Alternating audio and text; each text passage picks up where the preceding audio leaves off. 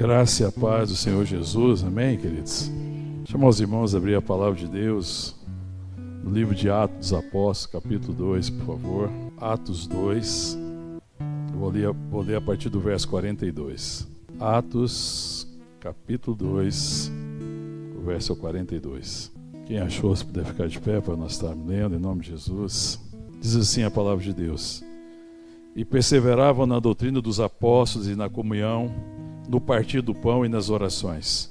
Em cada alma havia temor, e muitos prodígios e sinais eram feitos por intermédio dos apóstolos. Todos que creram estavam juntos e tinham tudo em comum. Vendiam suas propriedades e bens, distribuindo o produto entre todos à medida que alguém tinha necessidade. Diariamente perseveravam unânimes no templo, partiam o pão de casa em casa, e tomava suas refeições com alegria e singeleza de coração, louvando a Deus e contando com a simpatia de todo o povo. Enquanto isso, acrescentava-lhes o Senhor dia a dia os que iam sendo salvos. Vamos orar. Obrigado, Deus. Obrigado por tua bênção, por tua graça, por esse tempo de culto, por esse tempo de comunhão, de adoração, por esse tempo que estamos aqui reunidos na presença do Senhor, chamados pelo Senhor, atraídos pelo Senhor. Pedimos agora também a Tua palavra, vem ministrar ao nosso coração. Queremos ouvir a Tua voz, Pai, em nome de Jesus. Amém. Amém, queridos, podeis sentar. A palavra aqui em Atos dos Apóstolos, falando de como que me viviam, a comunidade dos convertidos, como é que foi a experiência da igreja ali nos primórdios, da igreja. Logo depois, de que quando o Espírito Santo vem, a descida do Espírito Santo, e a igreja é constituída ali, ela começa a ser igreja na perspectiva da igreja que era a habitação do Espírito de Deus. Da igreja que é a revelação de Deus, é a manifestação da graça e da virtude de Deus. Deus escolheu manifestar-se, revelar-se nessa geração através da igreja, que é o corpo de Cristo. Amém, querido? Então, existiu essa promessa. Essa é a promessa que está lá no Antigo Testamento, que a gente conta essa promessa. A promessa do Pai é o derramamento do Espírito Santo. E a igreja se tornaria, de fato, a habitação de Deus. E vai se cumprindo a palavra de Deus quando fala do Messias, do Emanuel, que é Deus conosco. O Jesus vem como Filho de Deus, vem na sua graça, na sua oferta de amor em favor das nossas vidas, por causa do amor do Pai, e agora ele envia o Espírito. Ele fala que era necessário que ele morresse, que ele ressuscitasse, e que ao que ele subisse aos céus, e que subindo aos céus ele enviaria o Espírito, porque o Espírito Santo é o Espírito de Cristo. Amém? De fato, é a habitação de Deus conosco. E nós seríamos guiados pelo Espírito. Aí a palavra aqui está falando como consequência de tudo isso, do amor do Pai, da graça do Filho e da comunhão do Espírito. A igreja vivia dessa forma, que é uma igreja que perseverava na doutrina dos apóstolos, na comunhão, no partir do pão e nas orações. E aí a gente começa a perceber, e eu creio que Deus quer ministrar ao nosso coração, algumas coisas que precisam ser renovadas sempre. Primeira perspectiva que a gente vê aqui nesse texto da igreja que está se reunindo aqui é que eles não se encontravam por obrigação.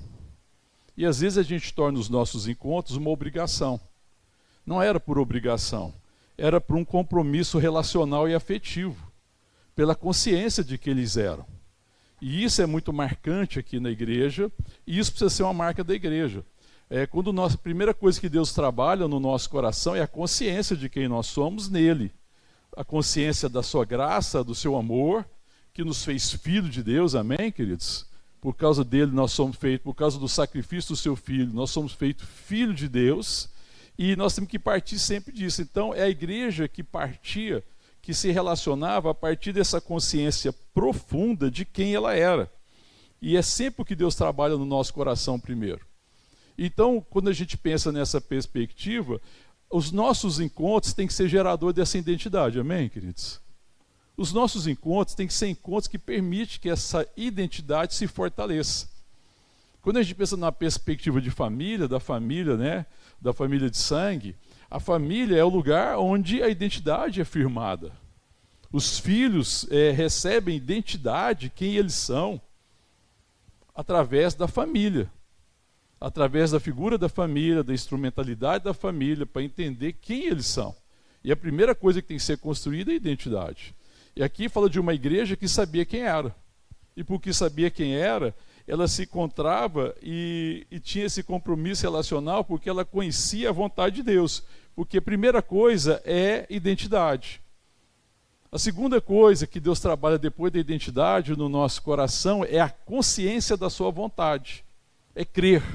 Então a primeira coisa é nascer, é ser feito filho, é ter a revelação de que nós somos dele, do seu amor. E Deus trabalha profundamente ministrando o seu amor no nosso coração. Amém, queridos? Alguém aqui tem dúvida que é filho de Deus? Ninguém tem dúvida, amém? Isso é a consciência da identidade, a certeza, nós somos filhos de Deus, Ele nos amou. Talvez a dificuldade começa na segunda parte, quando eu penso na questão de revelação, é crer. É essa revelação da vontade de Deus e de qual que é o propósito de Deus. E talvez aqui seja uma dificuldade no meio evangélico, porque as pessoas acham que é possível ser salvo por Deus e não ficar debaixo do senhorio de Deus. As pessoas pensam, existe um ensino às vezes equivocado, que Deus é um salvador tentando ser senhor. Como se Deus nos salvasse e depois Deus se esforçasse para ser senhor. Existe às vezes essa aparência.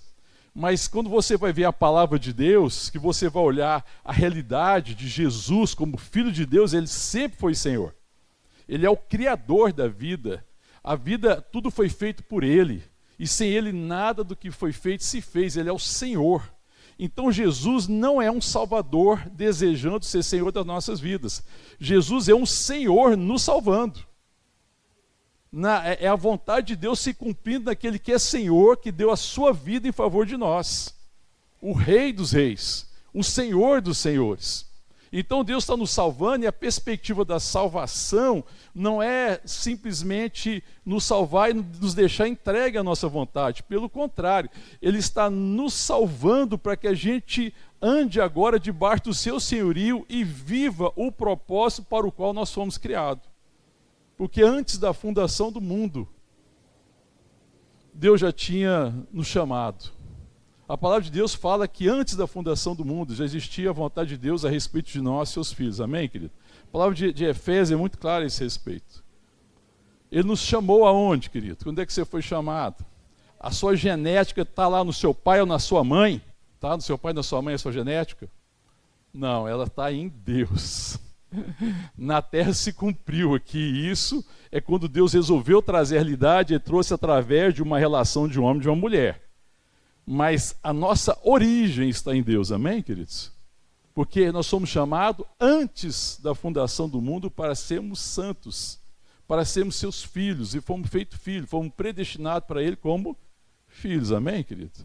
Mas o pecado nos desviou desse propósito. O pecado nos afastou desse propósito.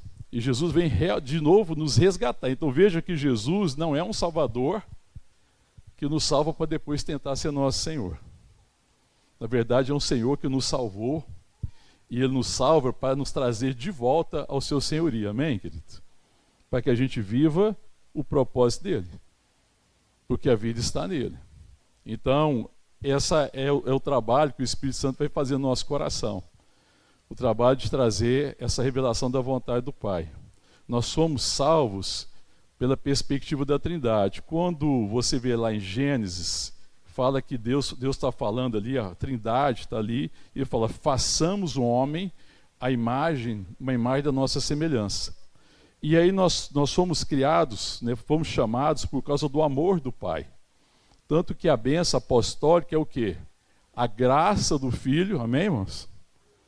A graça de Jesus Cristo, nosso Senhor, o amor de Deus, o nosso Pai, e a comunhão do Espírito. Então nós somos chamados por causa do amor do Pai. E isso vem à realidade por causa da graça do Filho, da sua oferta, Jesus Cristo. Mas a vida, ela continua na perspectiva da habitação do Espírito, a comunhão do Espírito. Então é o amor de Deus que nos chama como seus filhos, a graça de Jesus Cristo, nosso Senhor e Salvador. Veja primeiro, Senhor e Salvador.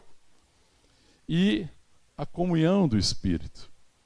E o Espírito Santo trabalha essa perspectiva no nosso coração. E aí nós olhamos para a igreja, quando a gente volta aqui para o texto que nós estávamos compartilhando, a palavra fala que eles perseveravam na palavra dos apóstolos.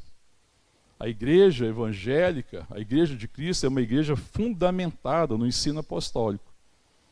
Amém, queridos? Da palavra que nós temos aqui, a bênção que nós temos de ter essa palavra aqui escrita. Eles perseveravam no ensino dos apóstolos e no que mais que eles perseveravam? Na comunhão, no partir do pão e nas orações. E essa é algo que Deus precisa resgatar no nosso meio, esse compromisso, né, de vivermos essa comunhão, de sermos uma igreja que entendeu o propósito de Deus, que Deus não nos abençoa na perspectiva individual, mas que Deus abençoa a relação. Então, quando Deus nos chama, Ele abençoa a relação. Quando Deus chama Abraão, Ele abençoa a família, não é assim? Em ti serão benditas todas as famílias da terra. Ele estava abençoando Abraão ou ele estava abençoando a família, queridos? Abençoando a família. E essa perspectiva de serem benditas todas as famílias da terra é porque Jesus é da descendência de Abraão, porque é uma profecia a respeito de Cristo.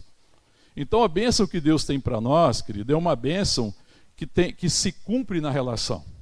Deus é abençoador de todos, você concorda comigo? Deus faz nascer sol e cair chuva sobre justo e injusto, não é o que diz a palavra de Deus?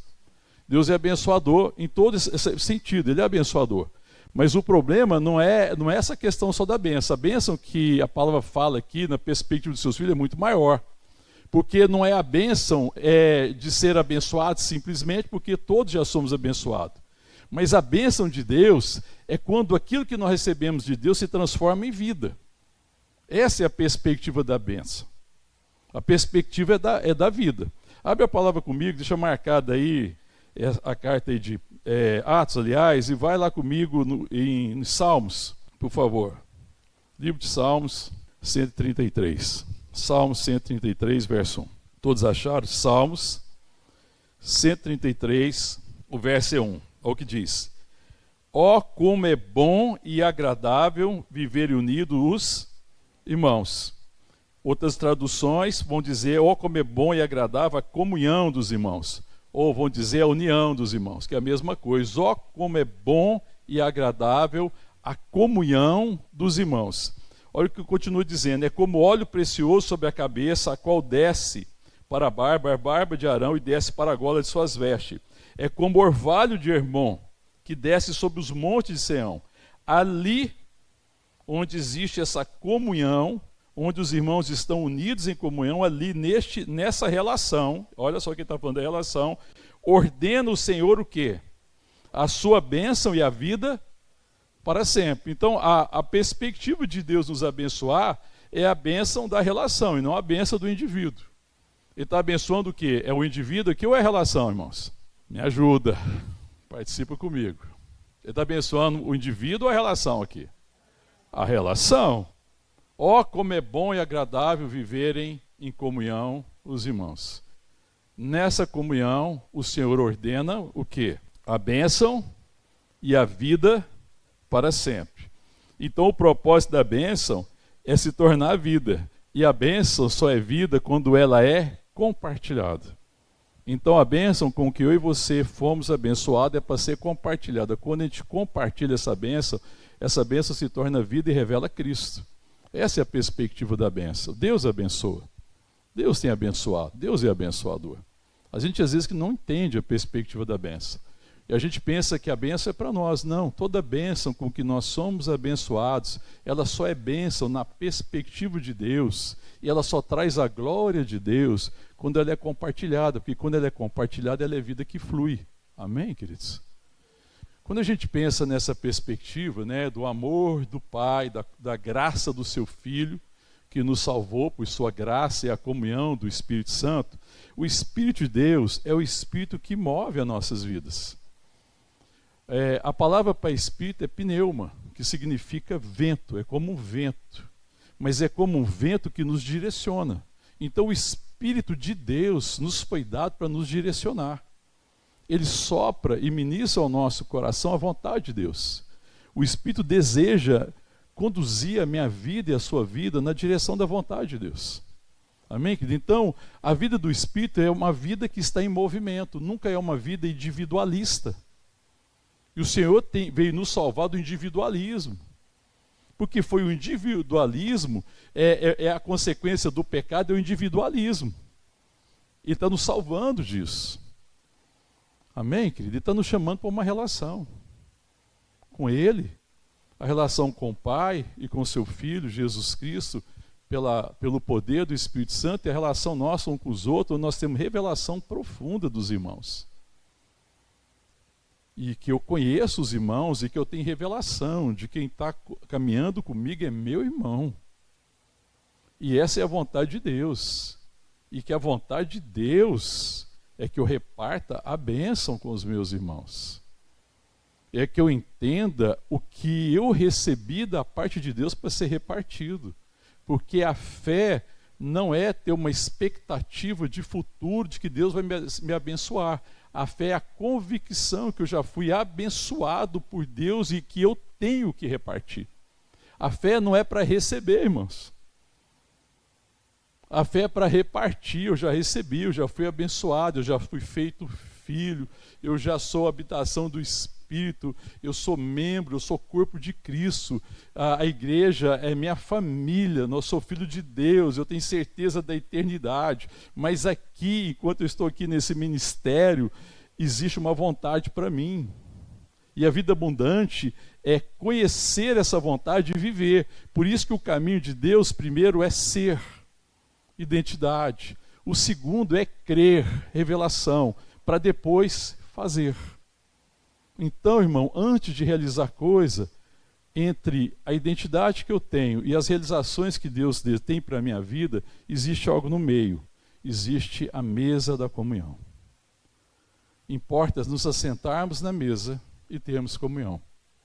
Para que na comunhão, para se revelando a vontade de Deus, para que na comunhão, a maturidade que Deus tem para nós vai se cumprindo em nós.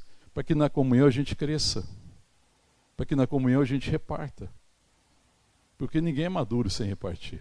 Quem está atrás de coisas para si revela imaturidade. Mas quem está desejoso de repartir revela maturidade. E na comunhão dos santos, aqueles que repartem, ensinam os imaturos da fé. Aqueles que se dão, aqueles que entregam a vida. E que permitem que o Espírito Santo o conduza na direção daquele que Deus quer conduzir. Amém, querido? O que nós vemos na igreja, se a gente voltar aí agora em Atos, volta comigo lá em Atos capítulo 2, verso 42, a igreja que compreende a proposta do Espírito e não se rende à proposta de Satanás. A proposta do Espírito é oposta à proposta de Satanás. A proposta do Espírito é que a gente seja igual a Deus em atributo. O amor do Pai, a graça do Filho, a comunhão do Espírito Santo.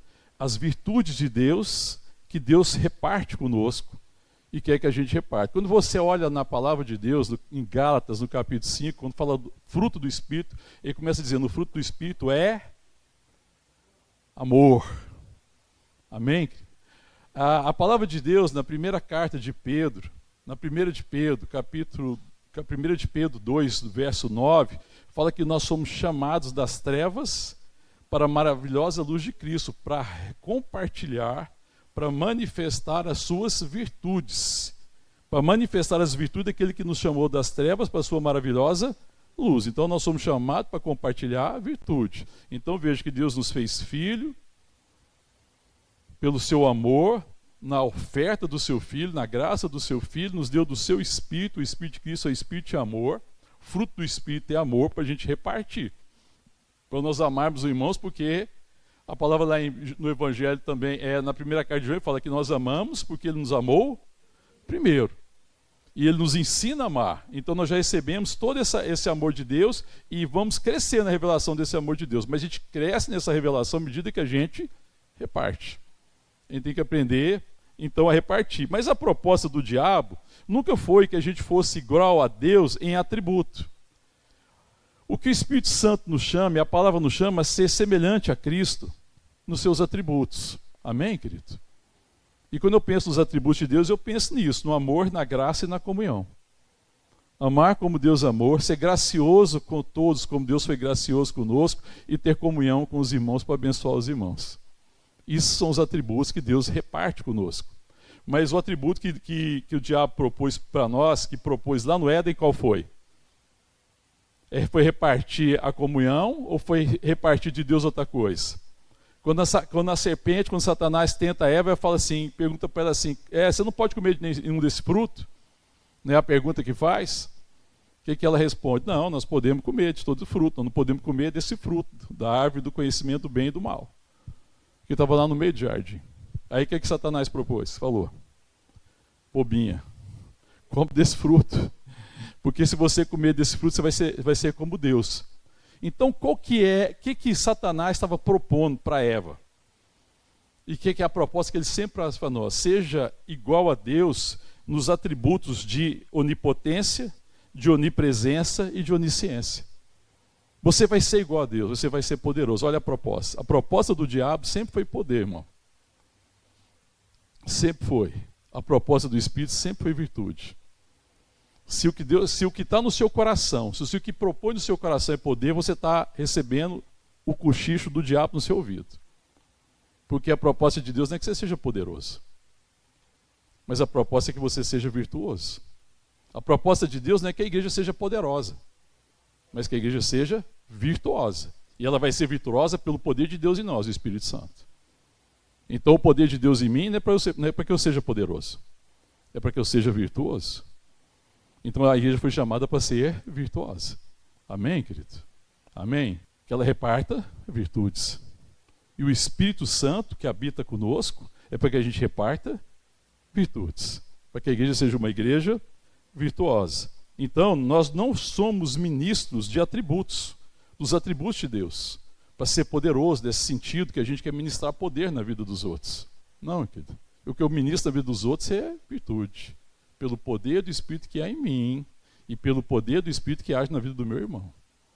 Amém, querido? Glória a Deus, irmão. Aleluia. Então, quando a gente pensa na perspectiva de liderança na igreja, qual deve ser a marca da liderança na igreja? Poder ou virtude? Mas as pessoas procuram quem? Quem que parece que é a pessoa apta para ser líder da igreja? A pessoa que parece que é poderosa, né, irmão? Isso é a proposta do inferno. Porque isso está fundamentado em orgulho, em soberba, em qualquer coisa, menos no amor, na graça e no Espírito. Porque aquilo que é fundamentado no amor do Pai, na graça do Filho e na comunhão do Espírito, comunica a mim virtude.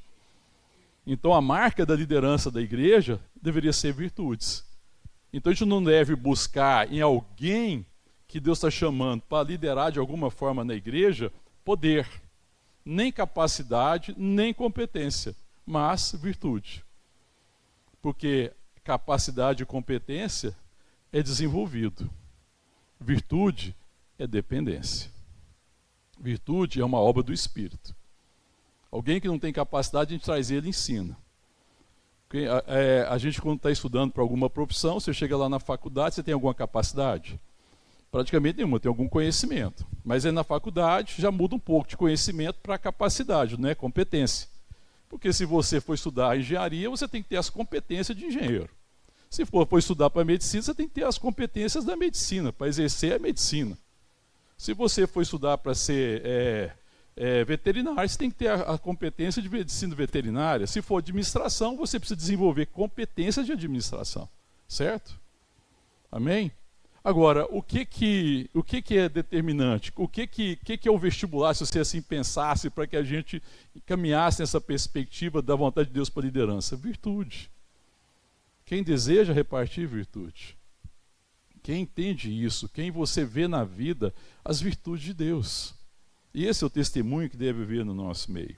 Agora a pergunta é, irmão, se essa é a vontade de Deus, se esse é o propósito de Deus, o que nós vemos na igreja que está aqui em Atos dos Apóstolos, a igreja que está começando, e as virtudes são fundamentais, é a vontade de Deus, e o Espírito de Deus, o Espírito que compartilha a virtude, onde que essa virtude é trabalhada? Onde trabalhar a virtude? Numa sala de aula? Numa classe?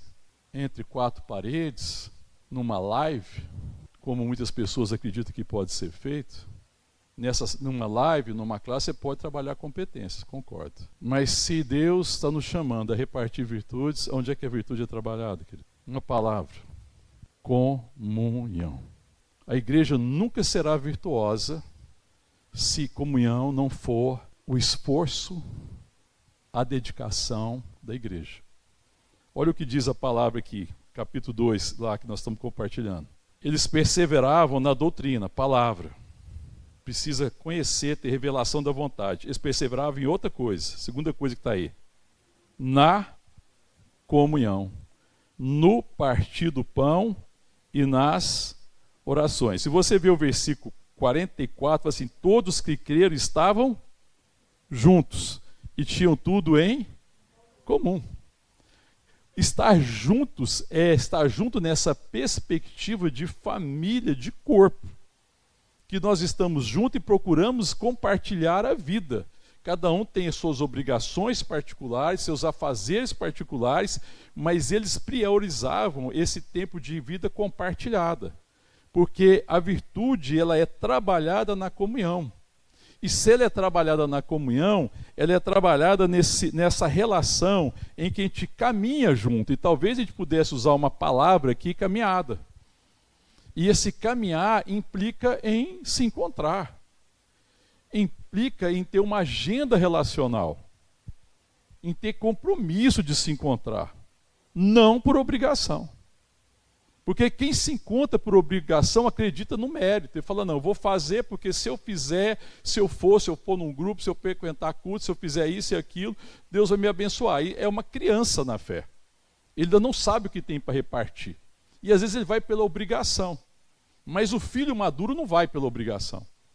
O filho maduro vai para dar relação com Deus, porque ele sabe que essa é a vontade de Deus, e ele faz pela consciência de quem ele é, e pela consciência da vontade de Deus. Então, como eu tenho essa consciência da vontade de Deus, então eu vou privilegiar a comunhão, eu vou me esforçar, eu vou pagar o preço, porque tem um preço a ser pago, irmão. Nós temos uma dificuldade enorme com o preço, nós temos uma dificuldade enorme com o sofrimento, nós temos uma dificuldade enorme com a dor, mas não existe crescimento sem dor, sabe, não existe glória sem dor, não existe manifestação do amor sem entrega. E às vezes a entrega requer sofrer, requer abrir mão. Então, quando a palavra fala que Deus nos salva, que o Senhor nos salvou, Ele nos salvou para que a gente entregue a nossa vida para o propósito correto. E entregar a minha vida para o propósito correto significa morrer para minhas vontades. E como é difícil isso, que a gente acha que não, Deus veio nos salvar na perspectiva que a minha vida vai ser confortável. Isso é um engano, porque Deus não veio te salvar. Ele veio restaurar o senhorio sobre a sua vida. Você nunca vai ser abençoado, a igreja nunca vai ser bênção, e nunca vai viver a plenitude de Deus se ela não se render ao senhorio de Cristo. Então salvação é me devolver ao senhorio de Cristo, amém, querido? Isso é salvação, porque a salvação que não me devolveu para o senhorio de Cristo, eu questiono. Será que eu fui salvo de verdade? Se eu ainda sou refém das minhas vontades? Será que eu fui salvo de verdade se eu ainda me acho o centro do mundo? Será que eu fui salvo de verdade se todas as pessoas são refém da minha vontade? Se as pessoas têm que me agradar? Se eu estou requerendo isso das pessoas, se eu coloco as pessoas em dívida? Não, as pessoas têm que fazer, têm que pensar em mim. Mas a palavra de Deus, quando me chama como filho de Deus e me entrega de volta ao senhorio de Cristo e revela toda a provisão de Deus, esse mesmo Espírito que me salvou, que me redimiu, ele me chama a viver a vontade de Deus, a vencer todos os dias o eu, porque a grande salvação foi de mim. O inimigo mora dentro, ele me salvou das minhas vontades, dos meus afetos, para que eu viva a sua vontade e os afetos de Deus. Então os nossos encontros têm que ser um compromisso relacional e afetivo. Amém, querido? Isso precisa ser uma marca quando a gente se encontrar. Os nossos encontros têm que ter a fragrância do afeto. Amém, querido? Os nossos encontros têm que ter a fragrância do amor. Tem que ter o cheiro de vida. Amém, querido? porque nós somos ministros de vida. E é uma bênção, irmãos, e é um privilégio. É um privilégio se encontrar assim. É um privilégio caminhar juntos. É um privilégio trabalhar juntos. Amém, querido? Essa consciência de unidade, de estarmos unidos nele, em Cristo Jesus, ela nos lembra primeiro sempre de colocar a mesa. Ela nos chama e entende que nós temos que nos assentar em torno de uma mesa, repartir vida, para que depois do repartimento da vida, à medida que nós somos ministrados, a gente saia, cada um, para cumprir seus afazeres, mas a gente cumpra a vocação, para que a gente seja de fato uma igreja virtuosa em todo e qualquer lugar. Por isso que a palavra de Deus diz: vocês são a luz do mundo, vocês são o sal da terra, porque a luz que está em nós é a vida de Deus, e nós não temos luz própria, mas no mundo eu tenho que brilhar com a luz do Espírito, e a luz do Espírito é alimentada na comunhão dos santos. Amém, querido? Porque eu lembro quem eu sou. Como é maravilhoso a gente se encontrar, e nos encontra a gente lembrar quem a gente é. Amém? Não é assim, querido? Quando você se encontra como família, não é bom, querido? Você encontra às vezes pessoas que você faz tempo que você não encontrava, e parentes, às vezes pessoas próximas, e quando encontra é uma alegria, não é? Porque a gente se lembra que nós pertencemos aos outros. E aí, irmãos, sabe a grande dificuldade da igreja evangélica desses tempos? É que a igreja perdeu a autoridade. E a autoridade da igreja é sermos partes uns dos outros. Sabe, querida, a bênção que eu tenho e a autoridade que eu tenho de ministrar na vida dos meus irmãos não é o poder e o domínio que eu tenho sobre eles, mas é que eu tenho parte com eles. Amém, querido? Eu preciso me lembrar, falar assim: meu irmão, eu tenho parte com você. Às vezes eu não vou falar nessas palavras, mas eu tenho que falar assim: eu não posso me levantar daqui enquanto você não for abençoado. Ou então eu posso dizer às vezes para o meu irmão, para a minha irmã: nós não podemos te despedir sem ser abençoado. Sabe por que eu tenho parte com você? Porque eu tenho parte com você, eu preciso te ensinar. Porque eu tenho parte com você, eu preciso falar para você palavras de vida eterna. Porque eu tenho parte com você, eu preciso te exortar quando você erra. E quando eu te exortar, eu vou te exortar na autoridade de quem tem parte com você. Nós somos membros dos outros. A palavra de Deus em Romanos, no capítulo 12, não fala que nós somos corpo de Cristo, membros uns dos outros. Queridos, e essa revelação cresce na comunhão. Porque na comunhão nós ministramos o Espírito de vida. Sabe que as pessoas podem vir aqui nos cultos e ouvir as palavras, e é necessária a palavra. Amém, querido? Mas essa palavra precisa ser repartida no grupo, no momento que eu me encontro, no encontro de alguma forma em que a gente conversa. Porque na conversa e na caminhada que as coisas vão se tornando claras. Amém, querido? Entende isso, querido? Ninguém conhece profundamente ninguém que você não caminhou com ele. Então a palavra de Deus me chama a caminhar. Aqui quando eu olho para a igreja, aqui, que fala assim, todos que creram estavam juntos e tinham tudo em comum. Eles ficavam juntos todo o tempo? Não, eles não ficavam juntos todo o tempo. Obviamente que não. Mas eles aproveitavam cada momento para estar juntos de fato. E de estar junto é eu entender que eu tenho parte com você. Isso aqui, quando a gente encontra aqui no culto, eu sempre tenho uma alegria muito grande no meu coração de encontrar os irmãos, é sempre uma benção, né? Quando eu saio de casa, já vindo na direção da igreja, hoje eu passei lá para buscar a Rafinha, vindo para cá, é uma alegria profunda no meu coração, porque eu vou estar encontrando com os irmãos, isso abençoa profundamente o meu coração, porque nós temos parte uns com os outros, e nós vamos ter um tempo de desfrutar juntos, e a gente fica com tanta pressa de ir embora, irmão. Irmão, em nome de Jesus, em amor, eu vou te exortar por causa dessa pressa de ir embora quando acaba o culto. Me diga. Porque a gente não consegue abraçar algumas pessoas, pelo menos. Que a gente não consegue imaginar a bênção e a dádiva que eu posso repartir com alguém que eu possa, às vezes, aqui no final, encontrar, abraçar e ministrar no coração e falar assim, meu irmão, minha irmã, e falar de coração, não é falar da boca para fora, que bênção te encontrar. O sorriso, irmão, que você expressa para o irmão, eu não sei se a vida vai sorrir para ele naquela semana. A gente não sabe o que espera. Eu não sei a dor que as pessoas estão vivendo às vezes. Eu não sei o que ela vai enfrentar na semana, mas, querido, não é no encontro do santo que nós somos preparados para as adversidades da vida. Porque aqui eu lembro quem eu sou, eu lembro que eu sou amado, eu lembro que eu sou parte um dos outros, eu lembro que eu tenho uma caminhada, que nós estamos juntos. Irmão, não é uma benção quando a gente está vivendo dificuldades, alguém fala, olha, eu estou caminhando com você. Quando alguém fala assim, eu estou orando por você, eu estou orando pela vossa vida. Quando alguém tem um tempo e pode falar assim, não, eu vim aqui, eu não sei se eu posso fazer alguma coisa, mas eu quis vir aqui para te abençoar. Amém, querido? Quando a gente entende essa graça de Deus, e quando eu não faço isso como resposta do outro, mas como eu faço isso simplesmente porque é a vontade de Deus. Pastor, mas se o outro não responder, não importa, eu estou ensinando ele. E se ele não responder, não importa, porque Deus é que me moveu, eu devo continuar ainda até que ele aprenda, vá uma vez, 2 vezes, 3 vezes, 10 vezes, vai sempre. Alguns vão demorar mais para aprender, teve muita coisa que eu demorei para aprender, tem coisa que eu ainda tenho que aprender. Aqui fala de perseverança, eles perseveravam na doutrina, na palavra, na comunhão, nas orações e nas refeições. Uma perseverança, uma insistência bendita, sabe por quê? Porque eu tenho parte com o meu irmão. E eu preciso entender isso, irmão. E se a gente fizesse talvez uma pesquisa no meio da igreja evangélica, eu não vou falar só da igreja Vida, da igreja evangélica brasileira, e falasse assim, irmão, você é parte com os outros, ele vai falar assim da boca para fora, sou. Porque ele sabe o que a palavra diz a respeito. Mas eu falo assim, mas de verdade, isso é o seu conforto? E essa é a autoridade que você tem para ministrar na vida dos irmãos?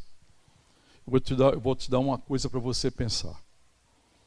Não precisa responder para mim, mas eu queria que você levasse para a sua casa e pensasse a respeito. A palavra de Deus diz ou não diz que nós somos membros dos outros, irmãos? Bom, para que ninguém tenha dúvida, Romanos capítulo 12, por favor. Romanos capítulo 12, o verso 3 diz assim. O capítulo 12, né, Paulo está assim, rogando pela misericórdia de Deus, depois de tudo que foi falado dos 11 capítulos anteriores, pelo extraordinário que foi ministrado. Ele fala assim, pela misericórdia, verso 1, vamos voltar no verso 1. Rogo-os, pois, irmãos, pela misericórdia de Deus, que apresenteis o vosso corpo como sacrifício vivo, santo e agradável a Deus, que é o vosso culto racional. E aí eu quero ler agora o verso 4. Porque assim como num só corpo temos muitos membros, mas nem todos os membros têm a mesma função, assim também nós, quantos muitos, somos um só corpo em Cristo, e membros uns dos outros. Nós somos membros uns dos outros. A consciência, a fé a respeito da grandeza disso me leva a agir. Se nós somos membros dos outros, então significa que a autoridade que eu tenho de ministrar na vida do meu irmão não é da minha capacidade, não é do meu mérito, e nem é do merecimento dele. É a autoridade de ser membros dos outros. Porque eu sei quem eu sou com o meu irmão. E se nós temos essa autoridade, se de fato eu creio nisso, isso é uma realidade, então, irmão, isso se revela na dedicação que eu tenho de abençoar meus irmãos. Na dedicação que eu tenho de desenvolver a comunhão.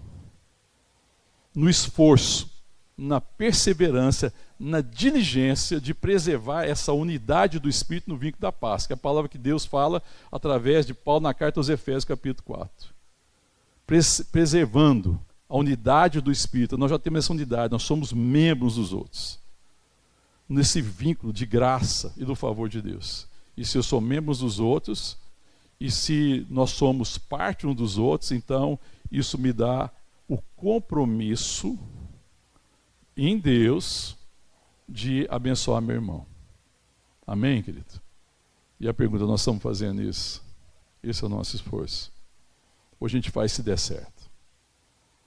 Hoje a gente está entregue à conveniência. Às vezes não está sendo conveniente, às vezes não está tendo muito jeito. Eu falo assim, não, se der certo, eu vou ministrar na vida do meu irmão. Olha, se eu sou membro um dos outros, então eu tenho autoridade da parte de Deus, pela habitação do Espírito, de abençoar meu irmão.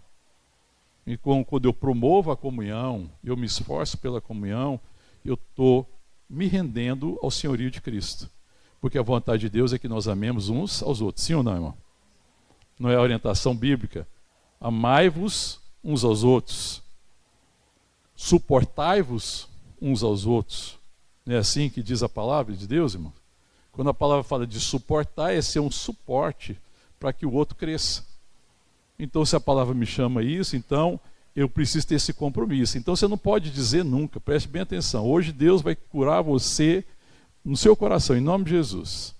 Se você tem um entendimento errado, Ele vai livrar você, em nome de Jesus, das suas justificativas falsas. Não depende da igreja, depende apenas de você.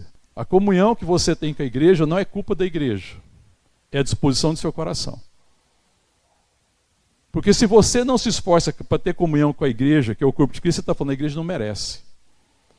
Aí você está numa relação de poder, que você tem o poder de determinar e julgar a igreja, porque a igreja não merece, então eu não tenho comunhão. Ah, pastor, não é isso, irmão, vai orar, deixa o Espírito Santo falar do teu coração, em nome de Jesus, eu estou falando isso em amor. Irmão, porque não tem sentido, não tem sentido. Por que eu não desenvolvo a comunhão? Porque se Deus ama a igreja, irmãos, sim ou não? Ele ama ao ponto que deu seu filho. Então, qual que é a nossa dificuldade de nos entregarmos a essa relação que Ele ama? Eu sempre falo, irmão, o culto que Deus ama não tem nada a ver com estilo, não tem nada a ver com forma. O culto que Deus ama é a comunhão dos santos.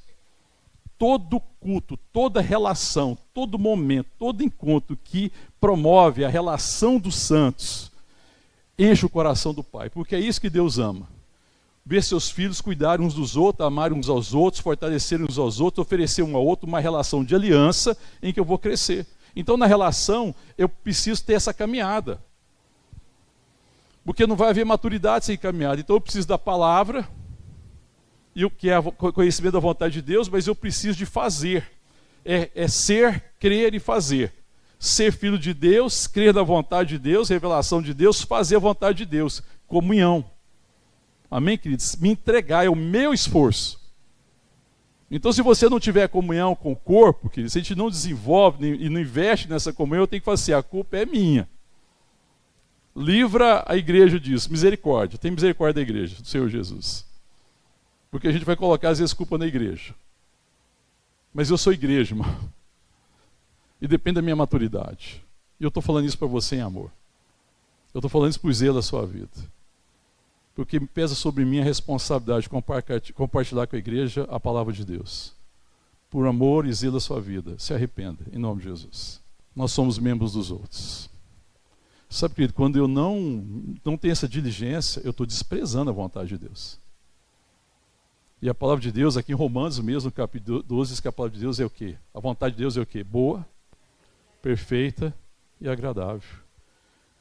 Querido, como é que a gente ousa desprezar aquilo que Deus ama? Veja como é que a gente tem que amadurecer. Veja como que nós precisamos crescer. E aí essa é uma fraqueza da igreja. Nossa, porque o problema e a fraqueza do meu irmão é um problema meu, é uma fraqueza minha. Não é um problema da liderança, não é um problema da instituição, é um problema meu. Eu tenho que fazer a minha parte, eu tenho que me esforçar. Volta comigo, por favor, em Atos, capítulo 2. O verso 43 fala assim, que em cada alvo havia o quê? Temor. O que é temor, irmão? É medo? Não, não é medo. Temor aqui fala de respeito e de ficar maravilhado diante da majestade e da vontade de Deus. Cada alma havia temor. Existia um temor no sentido extraordinário da palavra, porque eles ficavam maravilhados com a graça de Deus, com o propósito de Deus, e ninguém ousava, irmão, ir contra a vontade de Deus.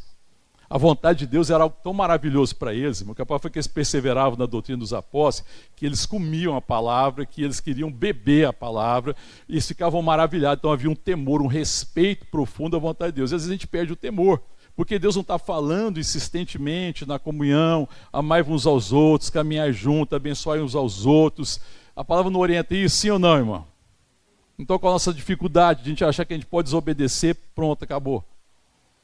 É falta de temor. E nós precisamos orar a respeito disso. Porque a gente está achando, não, é essa perspectiva que eu perdi do senhorio de Cristo. Isso é um sinal ruim, querido. Isso é um sinal ruim, eu preciso pedir a Deus graça. É sinal que eu estou caminhando um caminho que está me afastando de Deus. Aos poucos eu vou me afastando de Deus, me afastando da vontade de Deus, vou perdendo a percepção e daqui a pouco eu nem me importo, não sinto mais. Sabe, querido, e aí as pessoas não reconhecem, às vezes, Deus em nós, a vontade de Deus, é que nós somos seres espirituais, nascidos da água do Espírito Santo, da habitação do Espírito, que nós somos seres espirituais que revelam a humanidade que nós temos. Nós somos seres humanos para revelar a humanidade de Cristo, porque o homem verdadeiro é Cristo. Ele é a nossa inspiração, a nossa referência, o nosso motivo. Ser irmãos semelhantes a Jesus Cristo. Sabe que o mundo tem dificuldade, às vezes, o testemunho da igreja se perde, sabe porque às vezes a gente não tem esse cheiro da graça. Às vezes a gente não tem esse cheiro do amor. Porque quanto mais tempo eu conviver com Deus, mais a minha vida exala a Deus. E a comunhão, nós estamos nos fortalecendo em Deus. Que nós estamos em comunhão como igreja, seja num grupo, seja num encontro, seja num culto, seja onde for, que nós estamos vivendo isso. A gente sai daquele lugar exalando vida, cheiro de vida. Sabe que nós temos esse cheiro de vida. E quanto mais nós caminharmos assim, o cheiro de vida é maior. Deus nos colocou na nossa casa para salvar a nossa casa. Você crê nisso, querido? Eu falo que eu tenho convicção da salvação da minha casa, porque essa é a palavra de Deus. Não é que vai acontecer automaticamente, não, que todo mundo tem que converter, porque se Deus me colocou na minha casa, é que a minha vida seja cheiro de vida na minha casa. Deus quer salvar a minha casa. Eu estou na minha casa para que a minha vida tenha a fragrância do conhecimento de Cristo. E quanto mais eu tiver comunhão com a igreja, que é o corpo de Cristo, mais a minha vida tem essa fragrância. E nós não podemos perder isso, amém, queridos? Porque quando a gente está caminhando, quando nós temos esse tempo de comunhão com Deus, a nossa vida exala Deus. Mas às vezes a nossa vida não exala Deus. E seria uma tragédia, né? Se tendo chamado para viver na presença dEle, ser uma manifestação visível de Deus na terra, a gente perder o perfume de Cristo. Nós somos o bom perfume de Cristo, amém, querido? A palavra de Deus diz isso a nosso respeito. E nós temos que caminhar, então, e perseverar na comunhão da igreja, porque a plenitude de Deus está na comunhão dos irmãos, naqueles que foram gerados em amor, revelados na graça e amadurecidos na comunhão. Amém, querido? Então nós temos que colocar a nossa esperança em Deus, confiar em Deus e abençoar as pessoas. Então uma igreja vai se tornar forte, não é pela capacidade que ela tem de fazer coisas, não é pelo controle que ela tem sobre os outros, porque quando a liderança tenta controlar os membros, isso é um caminho errado, equivocado, nem pela dominação que os membros e os líderes têm sobre a igreja, não é por exercício de um governo, de colocar as pessoas debaixo de uma vontade, mas é exatamente pela qualidade dos nossos vínculos, pela consistência dos nossos compromissos, pela forma que nós amamos uns aos outros. Uma igreja é forte à medida que seus vínculos são fortes. Uma igreja é forte à medida que ela tem compromisso uns com os outros. Compromisso de amor, compromisso de graça, compromisso de cuidar uns dos outros. A palavra continua no verso 45, que eles falam que eles vendiam as propriedades, se necessário fosse, e distribuíam o produto entre todos, à medida que alguém tinha necessidade. Eles repartiam o que fosse necessário para abençoar. E o verso 46, diariamente perseveravam unânimes no templo, partiam pão de casa em casa e tomavam as suas refeições com alegria e singeleza de coração. E o verso 47 conclui, louvando a Deus e contando com a simpatia de todo o povo, enquanto isso o Senhor acrescentava dia a dia os que iam sendo salvos. Irmão, como é que eles contavam com a simpatia do povo? O povo ia lá para a reunião dos crentes? O povo estava lá na casa dos crentes? Não.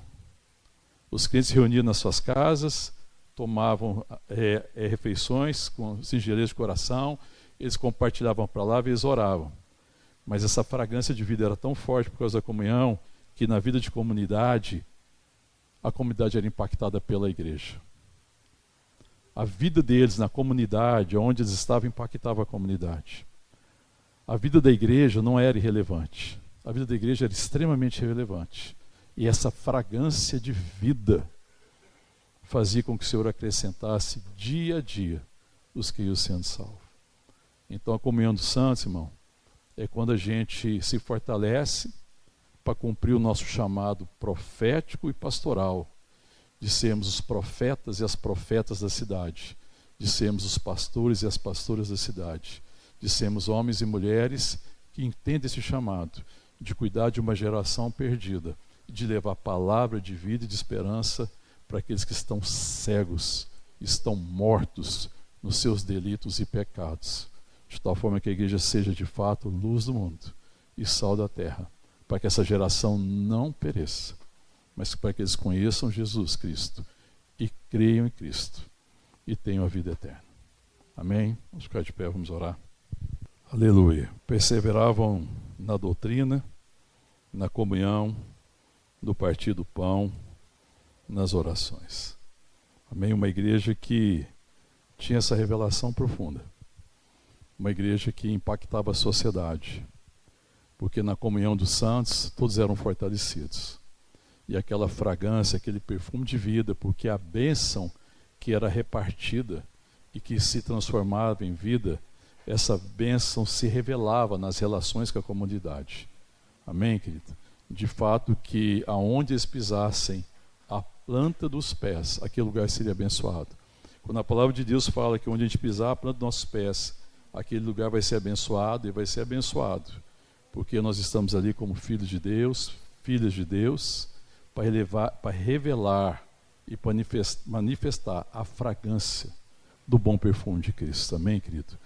Perfume de vida para aqueles que vão ser salvos. Esse é o nosso desejo. E essa é a nossa oração. Em nome de Jesus, querido, eu conclamo a igreja a orar a respeito de comunhão de santos. Em nome de Jesus, eu te chamo, em nome de Jesus, escuta o que o Espírito Santo está falando com você. Se você não tem uma agenda relacional, eu te chamo para orar a esse respeito. Pede para Deus direcionar a sua vida para você ter compromisso semanal com alguns irmãos e algumas irmãs para compartilhar a vida. Amém, querido? Que a gente tenha compromisso com a palavra, com o culto, onde nós ouvimos a palavra, mas eu preciso caminhar. É preciso se sentar na mesa, é preciso abrir o coração, é preciso repartir vida para depois ir trabalhar. Então nós precisamos ouvir a palavra, na semana nós temos que ter algum momento para sentar na mesa, compartilhar nossas vidas, desenvolver a nossa comunhão, para que a gente, ao sair e viver todas as demandas da nossa vida, nós cumpramos esse chamado, esse propósito de abençoar a nossa geração e abençoar a nossa sociedade. Fala com Deus, ora ao Senhor em nome de Jesus, a esse respeito.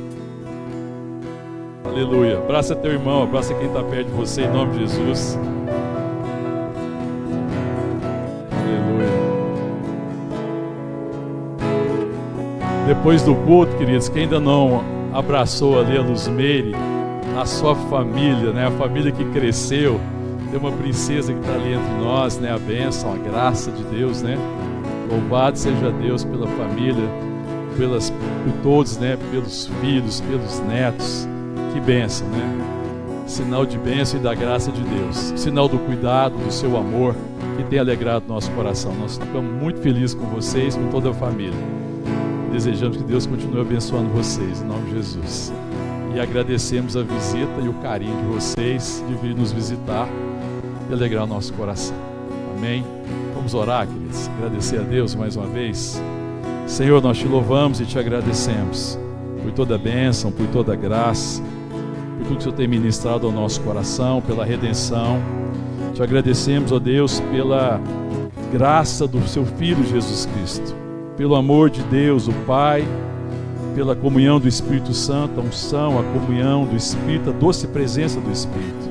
Em nome de Jesus, Pai, que todo esse amor, que toda essa graça, que toda essa presença do Espírito, essa comunhão, seja conhecida através de nós, na nossa família, na nossa casa, em todos os lugares, em nome de Jesus. E que a bênção de Deus Pai, Deus Filho, Deus Espírito Santo seja sobre nós, Igreja do Senhor Jesus, aqui e em todos os lugares da terra. Que essa bênção que já está em nós seja conhecida através de nós, dos nossos queridos e nos nossos amados, agora e eternamente. Amém. Amém. Deus te abençoe, em nome de Jesus.